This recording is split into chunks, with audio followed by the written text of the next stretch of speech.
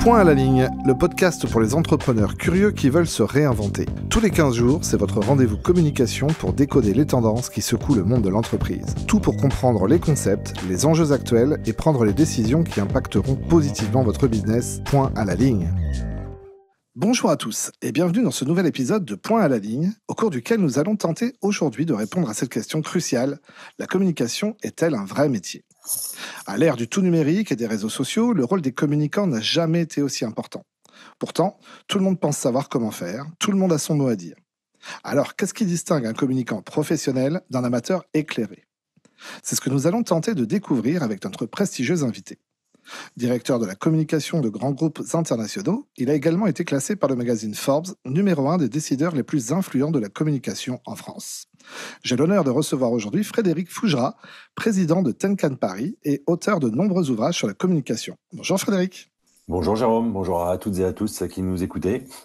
Merci infiniment d'avoir accepté notre invitation. C'est un plaisir, un honneur et j'espère être à la hauteur. Alors avant d'entrer dans le vif du sujet, est-ce que vous pouvez nous en dire un petit peu plus sur vous et votre parcours ? Alors mon parcours, il est à la fois simple et atypique. Simple parce qu'il se décompose en 3 parties. Une première partie de vie professionnelle dans le secteur public où j'ai dirigé des cabinets d'élus et avec la communication des collectivités dont ils étaient les présidents.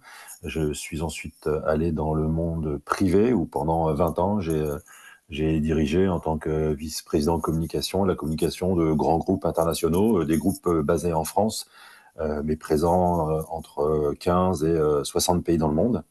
Et puis depuis 2 ans, j'ai changé de vie professionnelle, toujours dans la communication parce que je ne sais pas faire autre chose, en créant 2 agences, une que je préside qui s'appelle Tenkan Paris, vous l'avez cité, qui est une agence dédiée à la communication de crise, image et réputation de personnalités sensibles. Et une seconde qui est présidée par une de mes anciennes étudiantes, anciennes collaboratrices, aujourd'hui associée et aujourd'hui présidente, qui s'appelle Cogiteur, et qui est une agence qui a pour spécificité de réunir uniquement des anciens directeurs de la communication, directeurs et directrices de la communication, c'est-à-dire des gens qui connaissent l'entreprise de l'intérieur, qui connaissent le mode de fonctionnement, les modes de décision, qui savent comment ça fonctionne de l'intérieur et qui apportent leurs compétences en matière de communication pour venir soutenir des dirigeants ou des DIRCOM dans l'ombre, pour apporter une compétence, pour apporter ponctuellement, venir accompagner ponctuellement une mission. Voilà, des gens qui ont cette spécificité de parfaitement connaître l'entreprise puisqu'ils en sont issus. Tout à fait, d'accord. Alors c'est très clair, merci beaucoup Frédéric. Moi je suis Jérôme Grenier, votre hôte, et ensemble nous allons explorer les différentes facettes de la communication en essayant de comprendre comment celle-ci est devenue un pivot stratégique au sein des entreprises. Chers auditeurs, ouvrez grand vos oreilles, c'est parti. C'est parti. Alors tout d'abord Frédéric, c'est quoi la communication en 2024 ? Alors c'est une vaste question, on pourrait y passer des heures, donc il faut savoir synthétiser une réponse. D'abord, la communication tout court, pas en 2024, la communication avant tout c'est créer de la relation. Donc comment créer de la relation, pourquoi créer de la relation, c'est ça la communication. Maintenant, je résume souvent en 4 verbes, 2 verbes qui sont la communication depuis toujours, qui sont peut-être les verbes promouvoir et valoriser, et puis 2 verbes qui sont peut-être un peu plus récents, mais de plus en plus présents, qui sont protéger et préserver. J'imagine qu'on va revenir sur ces 4 verbes, donc je ne vais pas m'étendre tout de suite dessus, mais voilà, la com, c'est créer de la relation, c'est promouvoir et valoriser, protéger et préserver. Très bien. Aujourd'hui, en 2024. Alors justement, comment la communication, selon vous, elle a évolué et quelles sont les tendances émergentes qu'on peut observer aujourd'hui ? La communication, elle a évolué de différentes façons. Elle a évolué d'abord parce qu'elle s'est professionnalisée. Je dirais pas que c'était pas une fonction professionnelle, mais tout n'était pas réuni pour en faire une fonction professionnelle, ce qui est absolument le cas depuis un certain nombre d'années. Et la communication, elle a beaucoup évolué du fait de la technologie. Alors, moi, je suis un vieux de la vieille. Ça fait plus de 35 ans que je dirige des services communication. Quand j'ai commencé, l'Internet n'existait pas. L'Internet a changé beaucoup de choses. Quand j'ai commencé, les chaînes info n'existaient pas. Et tout d'un coup, on est passé de 3 JT par jour, le journal de 13h, le journal de 20h et le journal de la nuit, à un journal toutes les 30 minutes, c'est-à-dire 48 JT par jour. Ça veut dire que ça change les rythmes, ça change beaucoup de choses. Ça change l'intensité de production, l'intensité de réactivité, de réaction, la production, pas seulement de contenu, mais aussi d'images. Donc voilà, ça, les choses ont énormément changé dans ce sens-là. quand j'ai commencé, les réseaux sociaux n'existaient pas.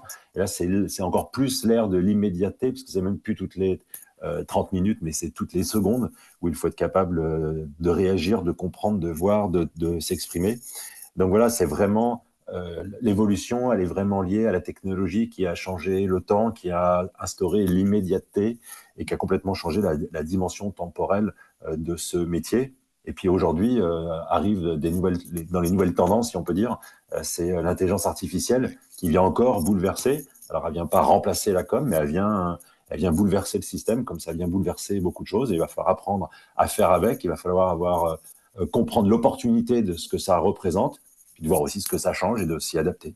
Donc, c'est un métier en perpétuelle évolution, changement, mouvement. On apprend tous les jours. On peut très vite devenir has-been, on peut très vite être largué. Donc voilà, il faut apprendre, apprendre, apprendre. Il faut aussi savoir gérer ces sujets avec des gens très différents, s'entourer d'anciens qui ont de la connaissance, de la compétence, de l'expertise, des jeunes qui ont une appétence pour les nouveaux outils, pour les nouvelles tendances. Il faut arriver à marier tout ça pour arriver à faire une bonne com dans une organisation, qu'elle soit publique ou privée. D'accord. Alors, certains estiment que la communication, c'est principalement une question de bon sens et de relations humaines. Qu'est-ce que vous en pensez?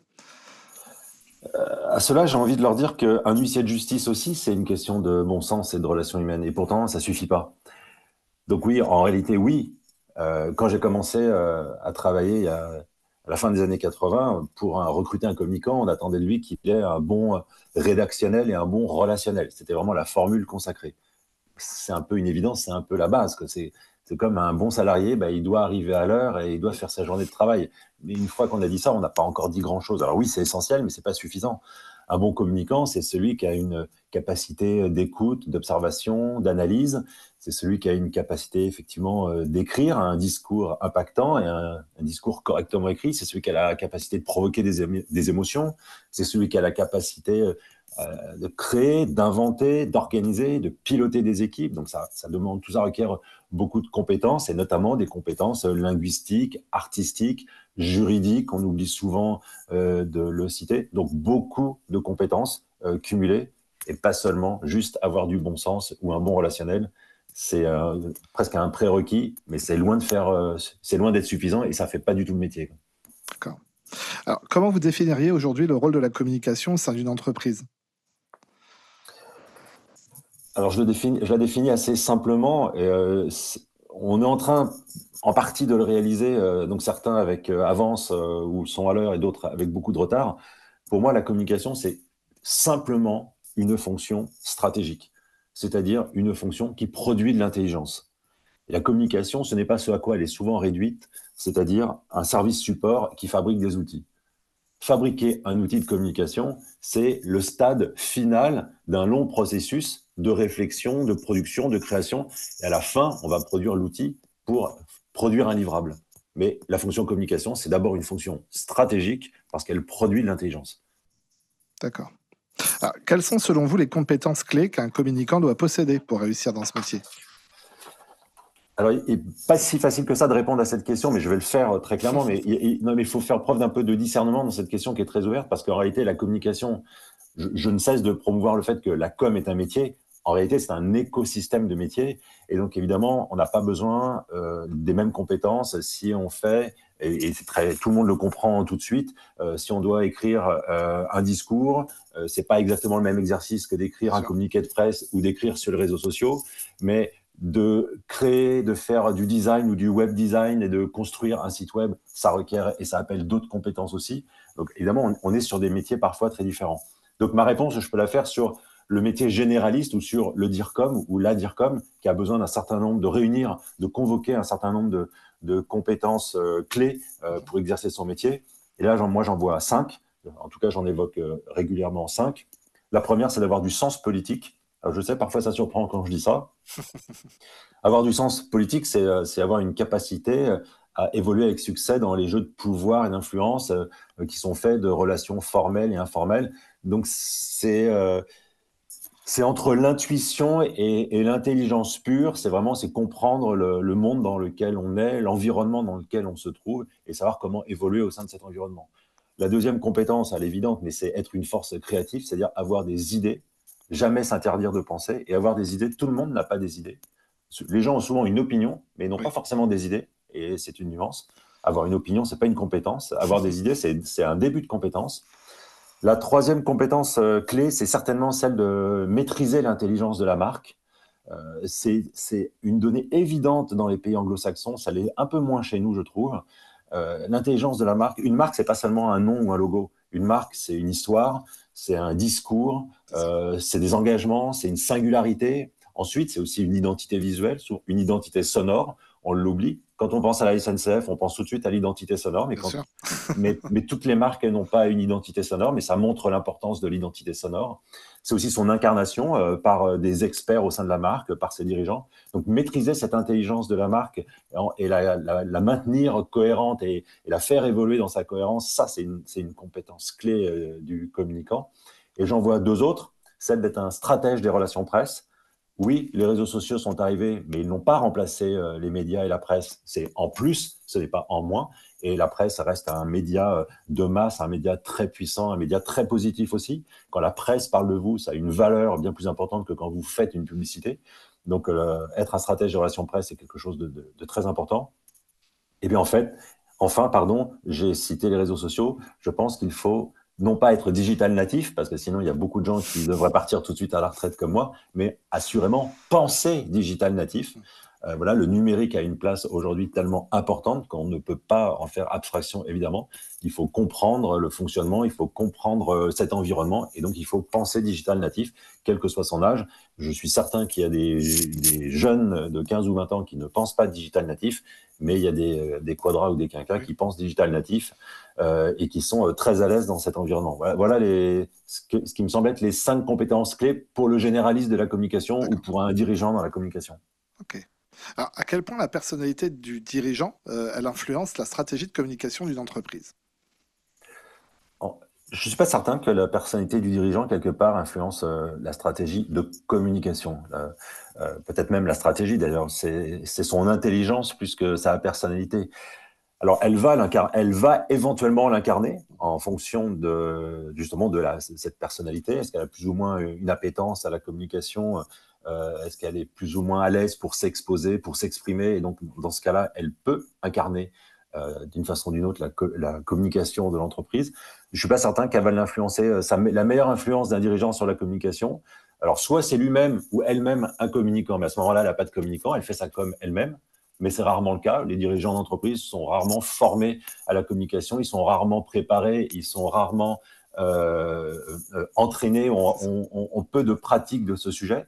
Donc, la meilleure influence qu'ils puissent avoir, c'est de recruter le bon ou la bonne DIRCOM, de mettre les bonnes ressources et les bons moyens pour la communication et faire confiance à leur équipe et à leur expertise et ne pas ensuite se prendre pour des communicants à la place de leurs communicants. Ça, c'est souvent la meilleure influence qu'ils puissent avoir et faire respecter la communication par les autres fonctions de l'entreprise qui souvent se pensent toutes légitimes pour venir mettre leur grain de sel dans la communication alors qu'elles n'autorisent pas les autres directions à venir mettre leur grain de sel dans leur sujet d'expertise, ce qui est normal puisque ce sont eux qui sont supposés être les experts.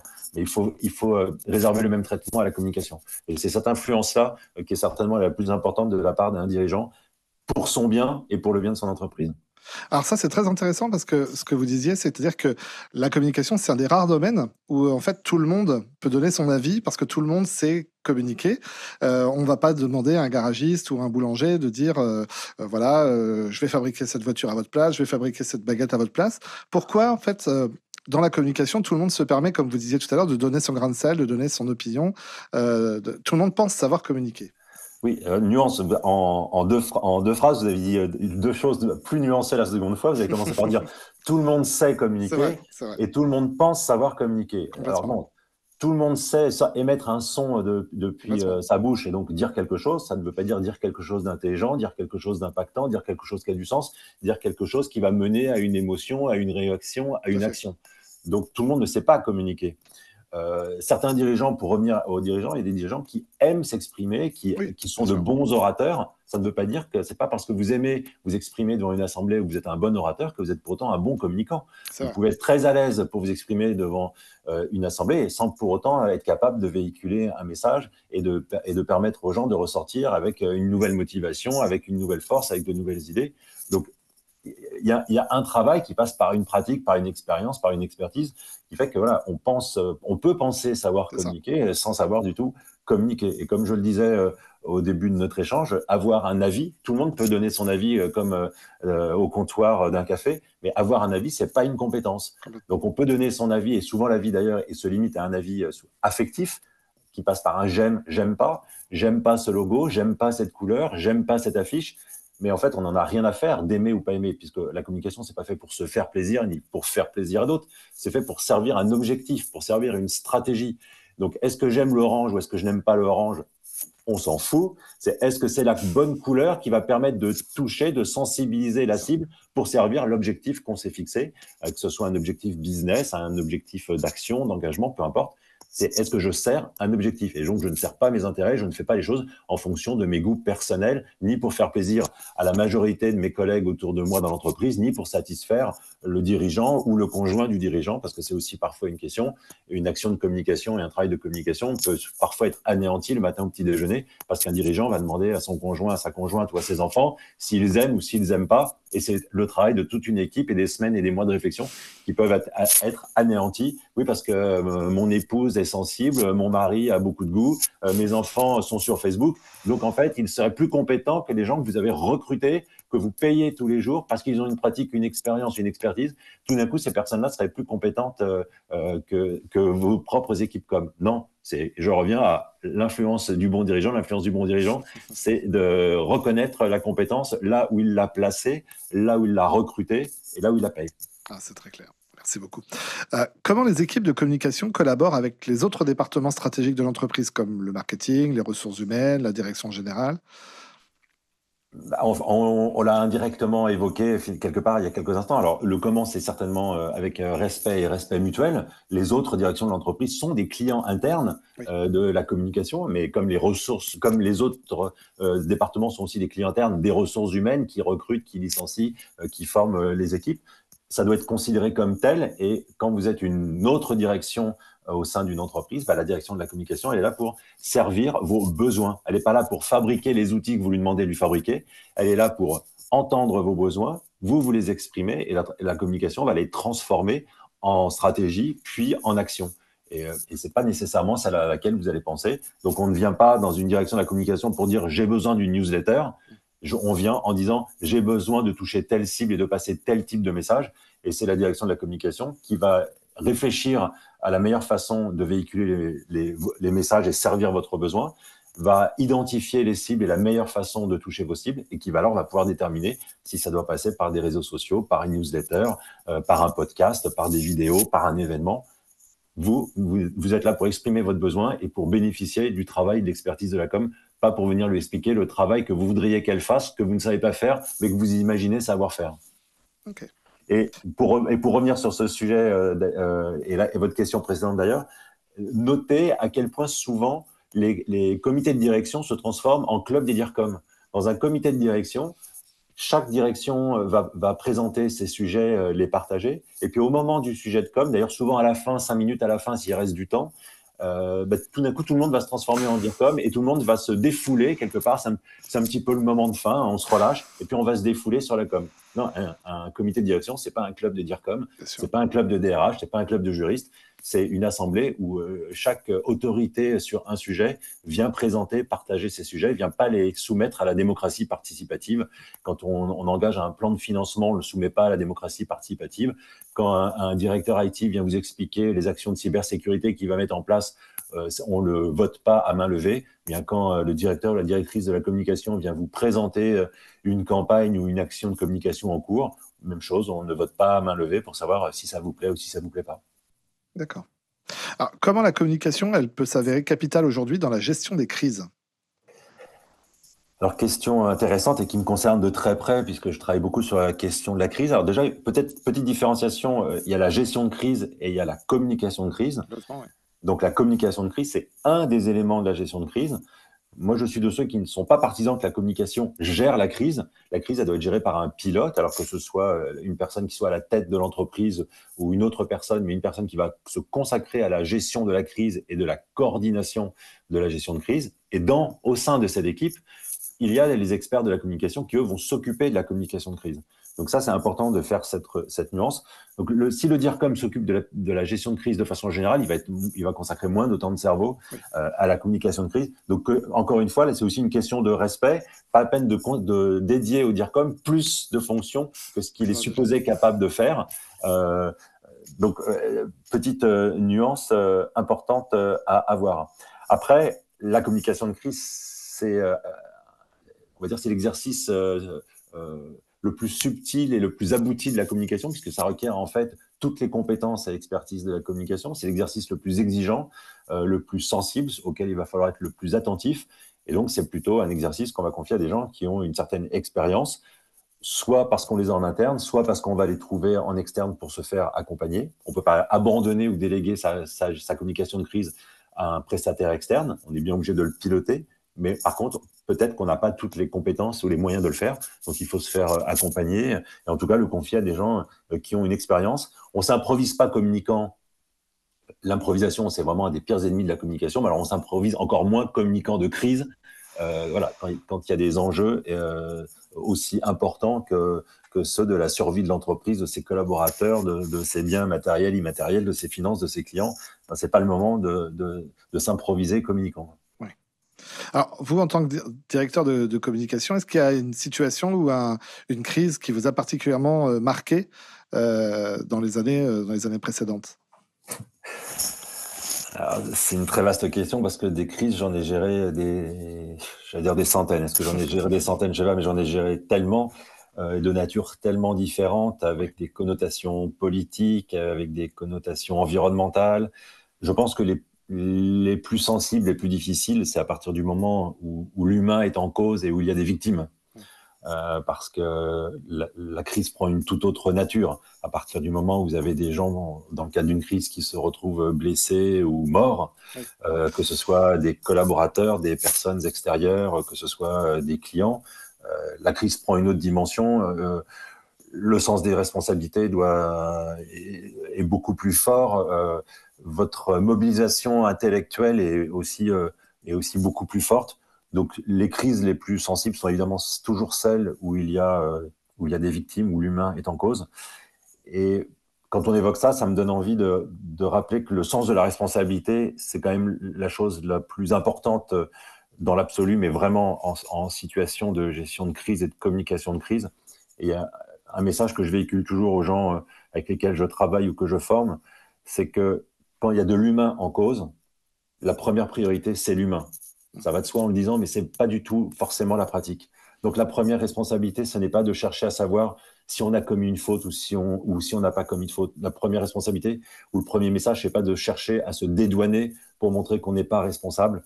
La première responsabilité, c'est de gérer l'humain, gérer les victimes elles-mêmes, gérer l'entourage. L'entourage, ça peut être les collègues, la famille, c'est tous les tiers autour, toutes les parties prenantes qui peuvent être intéressées par ce sujet. Et ça se résume en une seule phrase, c'est qu'en communication de crise, mieux vaut paraître coupable que salaud. Peut-être qu'on n'est pas coupable, peut-être que notre responsabilité sera dégagée. Ce n'est pas la priorité de l'instant de la crise, c'est pour plus tard. Donc, ne pas passer pour un salaud qui ne tient aucun compte de la situation humaine, ça doit être absolument la priorité. Et mieux vaut donc être coupable que salaud. D'accord. Alors, vous évoquiez tout à l'heure la montée en puissance des nouvelles technologies, des réseaux sociaux notamment. Est-ce que la montée des réseaux sociaux, elle a rendu la communication plus facile ou plus complexe pour les professionnels de la communication? En réalité, certainement les deux. Plus facile parce que tout d'un coup, on devient propriétaire de ses propres médias. Donc, on n'a plus à passer par les autres médias. Si, je l'ai dit tout à l'heure, il faut rester un stratège des relations presse. Donc, on a toujours à passer par les autres médias, mais en parallèle, on a ses propres médias. Avant même les réseaux sociaux, on a un site web, un blog. Ce sont déjà nos propres médias. Puis après, on a effectivement les réseaux sociaux qui permettent, plutôt comme Twitter X, d'être un pur média, ou d'autres réseaux qui sont plutôt des réseaux d'engagement et d'échange. Donc oui, dans ce sens, c'est une facilité et une chance. avec la contrepartie, c'est que de l'autre côté, vos cibles ont les mêmes capacités à communiquer et peuvent mieux communiquer éventuellement que vous, voire peuvent être des détracteurs et vous attaquer. Et donc, en fait, le champ médiatique est devenu infini. Il est 380, 360, 380, et il est étendu à l'infini. Donc, dans ce sens, c'est une difficulté avec la contrepartie que vous possédez vous-même vos propres médias pour pouvoir vous exprimer. Ça n'a qu'une seule conséquence, c'est que ça exige d'être toujours plus professionnel, puisque on ne peut pas laisser des amateurs piloter ces réseaux au risque justement d'être beaucoup moins bons que les gens qui sont en face. Tout à fait. Très bien. Alors, comment vous voyez, vous, l'avenir de la communication d'entreprise ? Je la vois, pour être cohérent avec ce que je vous ai dit précédemment, l'avenir de la communication d'entreprise, je la vois quelque part toujours plus professionnelle. Je pense qu'il faut vraiment insister là-dessus. Ce n'est plus possible de mettre au placard de la com une personne dont on n'a pas envie de se séparer, mais qui est mauvaise dans n'importe quelle autre fonction dans l'entreprise. Donc, du coup, on la met à la com. Et puis, de préférence à la communication interne, parce que comme si c'était le parent pauvre de la communication. Donc, les gens dont on ne sait pas quoi faire, on les met à la com interne. Donc, assurément d'être toujours plus professionnel. Plus professionnel à commencer dans le recrutement. Les recruteurs connaissent très mal les métiers de la communication. Donc, c'est assez compliqué de recruter, de faire un bon recrutement en communication, puisque les gens qui sont en face pour vous recruter ne connaissent pas vos métiers. Donc, c'est un vrai sujet. Et je pense aussi que l'avenir de la communication, il va passer par la crise. On l'a évoqué à plusieurs reprises. Pour exprimer son goût personnel sur un logo, sur une affiche ou sur une bouteille de champagne à mettre pendant un événement, là, tout le monde pense avoir un avis. Quand il s'agit de prendre une décision en cas de communication de crise, là, les touristes de la com, souvent, font un pas en arrière et disent « Ah non, mais ça, c'est pour les professionnels de la com ». Donc, quand il y a des risques ou des coups à prendre, là, tout d'un coup, le communicant est mis en avant. Et je pense que c'est une chance pour le communicant, une chance à saisir pour valoriser son expertise et montrer à quel point la communication est un métier. Et peut-être que la crise à laquelle on ne peut pas échapper de toute façon aujourd'hui, avec l'immédiateté, l'instantanéité, la multiplication des médias et des sources d'informations, des retombées d'informations, de la rumeur, de tout ce qui fait notre quotidien aujourd'hui, de façon générale et dans l'entreprise en particulier, fait que nous vivons dans un monde de crise dans lequel il faut renforcer les compétences pour y faire face. Et le communicant de crise trouve encore mieux sa place dans ce cadre. Et donc, renforcer l'idée que la communication est bien un métier. Merci Frédéric. Alors nous arrivons déjà à la fin de ce podcast. Chers amis, merci de nous avoir écoutés jusqu'ici. J'espère que vous y voyez plus clair sur ce sujet passionnant. En tout cas, si une chose est parfaitement claire à l'issue de cet épisode, c'est que la communication est un vrai métier qui exige à la fois expertise, créativité et une compréhension profonde des enjeux de l'entreprise. Je tiens à remercier chaleureusement notre invité Frédéric Fougera pour ses perspectives éclairées. Merci beaucoup Frédéric. Merci Jérôme. Ça a été un réel plaisir de vous recevoir et de vous écouter. Un grand merci également à l'agence CMS et Kin Studio pour la réalisation de cet épisode. Avant de nous quitter, n'oubliez pas de vous abonner, de laisser des commentaires et de partager notre podcast. Sur ce, chers auditeurs, je vous donne rendez-vous dans 15 jours pour un nouvel épisode de notre podcast. D'ici là, prenez soin de vous et restez curieux. À bientôt.